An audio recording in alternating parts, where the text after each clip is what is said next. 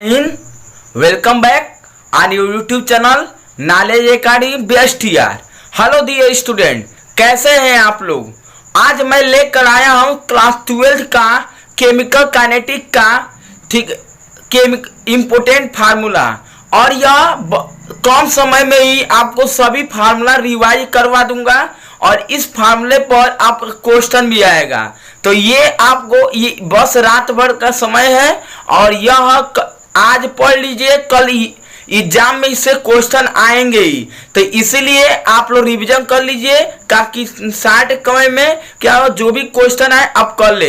तो चलिए हम लोग समझते हैं कि कौन कौन फार्मूला है। ठीक है, चलिए इसको दूसरे के पास भी शेयर कर दीजिएगा। तो चलिए समझते हैं। मान लीजिए कि कोई रिएक्टेंट है, ठीक है, और रिएक्टेंट दिया है, रिएक्टेंट के प्रोडक्ट में कन्वर्ट हो रहा है।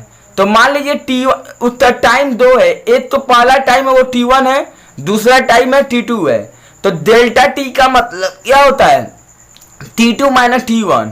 और देखिए इधर फिर बात करें तो डेल्टा R, तो डेल्टा R का मतलब होता है कि बड़े R2 माइनस R1। अब देखिए इसका मतलब क्या होता है, इसका मतलब होता है कंसंट्रेशन यानी मोलरिटी।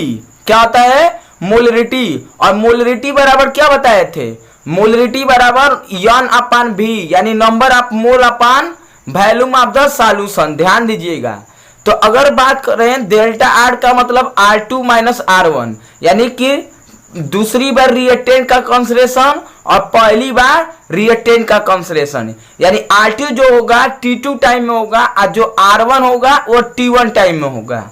उसी तरह बात करें कि डेल्टा P बराबर क्या होता है, प्रोडक्ट का कंसंट्रेशन, यानी डेल्टा माने क्या होता है, change in concentration of the product, यानी प्रोडक्ट की कंसंट्रेशन में कितना चेंज इन हुई है। तो क्या करेंगे, P2 का कंसंट्रेशन, ठीक है, और P1 का कंसंट्रेशन घटा देंगे। ये टाइम T2 पर होगा, ये टाइम T1 पर होगा। ठीक है, देखिए इधर फिर बात करें। अब समझिए रेट ऑफ डिसअपीयरेंस, जैसे मान लीजिए रेट है और ये प्रोडक्ट है, तो क्या आता है, रेट में रिएक्टेंट में कमी होने लगती है और प्रोडक्ट में इंक्रीज होने लगता है। ठीक है, तो इसलिए माइनस आया है। ठीक है, और ये क्या है, चेंज मतलब क्या आता है, डिक्रीज इन कंसंट्रेशन। ठीक है, और डेल्टा टी का मतलब टाइम, और टाइम बताया हूं कि T2 माइनस T1, और डेल्टा R का मतलब R2 माइनस R1। अब देखिए उसी तरह चले प्रोडक्ट के लिए, तो प्रोडक्ट में क्या होता है, इंक्रीज होता है। जैसे R जो है जब P में कन्वर्ट होगा, यानी जो रिएक्टेंट है प्रोडक्ट में बढ़ेगा तो प्रोडक्ट की मात्रा इंक्रीज होने लगेगी, और प्रोडक्ट की मात्रा इंक्रीज होने लगी तो पॉजिटिव लिखेंगे। तो वही क्या है, चेंज। डेल्टा माने change, change in concentration of product. समझ में आ गया। और डेल्टा टी का मतलब समझ में आ गया, ये टाइम होता है, टाइम में कितना का चेंज इन है। ठीक है, मजा आ रहा है ना जी। अब देखिए आगे की तरफ चलते हैं, तो आपका है यूनिट ऑफ रेट। अब देखिए रेट की, जैसे रेट माने क्या होता है, हमने रेट ही का फार्मूला बताया हूं अभी। तो रेट का फार्मूला क्या होता है, रेट का जो यूनिट होती है वह मोल होता है, लीटर के पावर -1 होता है, सेकेंड के पावर -1 आता है। ये बहुत बार क्वेश्चन पूछता है 1 नंबर में। ठीक है, चलिए अब आगे तरफ चलते हैं। आर्डर ऑफ रिएक्शन, इससे भी बहुत क्वेश्चन आते हैं। जैसे दे देगा कहेगा ना कि आर्डर ऑफ रिएक्शन बताइए, तो मान लीजिए कि ये रिएक्टेंट है और ये क्या है, प्रोडक्ट है। तो आपको क्या करना है, तो रिएक्टेंट का, जैसे मान लीजिए ए आपका क्या है, कोई स्पीसी है और इसके आगे नहीं लगा रहता है 1 2 3 मोल होता है। और मान लीजिए बी कोई स्पीसी है, कोई सबस्टांस है और इसके आगे नहीं लगाता, जैसे मान लीजिए नाइट्रोजन है और प्लस क्या होता है, हाइड्रोजन है, होता है ना। तो अमोनिया बनता है, तो नाइट्रोजन के आगे क्या लगा हुआ, 1 लगा हुआ है, हाइड्रोजन के आगे क्या लगा हुआ है, 3 लगा है। तो 1 + 3 जोड़ देंगे तो क्या हो जाएगा, 4 हो जाएगा। तो इसी तरह आपको क्या करना है, आर्डर ऑफ रिएक्शन जो निकालना होता है, आर्डर ऑफ रिएक्शन क्या होता है, S + Y को जोड़ देंगे तो आर्डर ऑफ रिएक्शन निकल जाएगा। ठीक है, चलिए इसी तरह आगे तरफ चलते हैं। दे इधर यूनिट ऑफ जीरो आर्डर, ये देखिए ये याद कर लीजिएगा क्योंकि यहाँ से क्वेश्चन आते हैं। ठीक है, समझ में आ रहा है ना। तो यूनिट ऑफ जीरो आर्डर क्या होता है, मोल, लीटर के पावर -1, सेकेंड के पावर -1। उसी तरह यूनिट ऑफ फर्स्ट ऑर्डर, तो ये क्या होता है सेकेंड के पावर -1। फिर बात करें यूनिट ऑफ सेकेंड ऑर्डर, मोल के पावर -1, लीटर सेकेंड के पावर -1।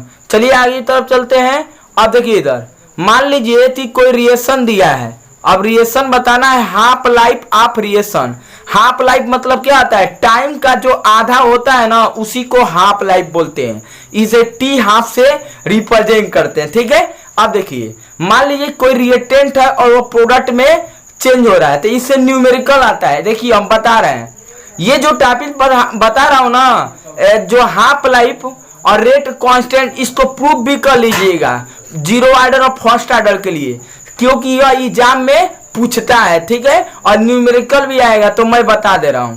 देखिए इधर जीरो ऑर्डर के लिए क्या होता है, टी हाफ बराबर होता है R0। R0 का मतलब टी बराबर 0 समय पर क्या कंसंट्रेशन ऑफ रिएक्टेंट, और क्या होता है 2K। ठीक है, K मतलब क्या होता है रेट कांस्टेंट। ठीक है, अब देखिए K बराबर क्या होता है R0 minus RT upon T। R0 मतलब कि कंसंट्रेशन जो है T बराबर 0 समय पर है। ठीक है, और R का मतलब कि जो कंसंट्रेशन रिएक्टेंट का है वो T बराबर T टाइम पर है, और T मतलब टाइम होता है। बात समझ में आ गया, बहुत अच्छा। आइए फर्स्ट ऑर्डर के लिए समझते हैं।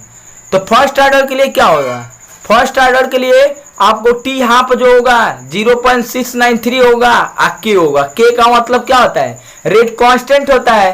ठीक है, अब देखिए बात करें अब रेट कांस्टेंट फर्स्ट ऑर्डर के लिए क्या होता है, तो फर्स्ट ऑर्डर के लिए आपको करना क्या है, बस सिंपल है, K बराबर जो रेट कांस्टेंट होता है 2.303, यहाँ पर T का मतलब टाइम होता है, लॉन्ग बेट 10 होता है, R0 यानी T जो रिएक्टेंट का कंसंट्रेशन है वो T बराबर 0 समय पर लेंगे, और यहाँ पर T दूसरा जो होगा T बराबर T समय पर लेंगे। ठीक है, ये इससे भी क्वेश्चन आते हैं।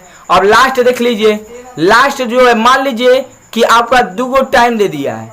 ठीक है, और दूगो रेट कांस्टेंट दे दिया है।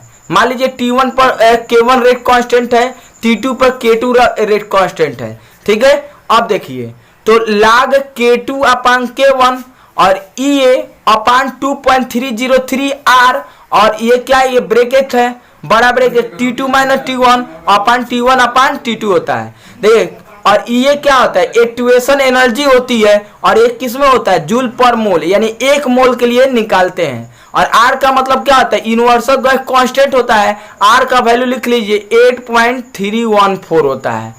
ठीक है, और T का मतलब टाइम होता है, यानी T1 फर्स्ट टाइम, T2 माने दूसरा टाइम। तो आई होप कि अब आपको ये बहुत ही इजी हो गया होगा ये लेसन। मिलेंगे नेक्स्ट क्लास में एक नए वीडियो के साथ, कब तक के लिए जय हिंद जय भारत।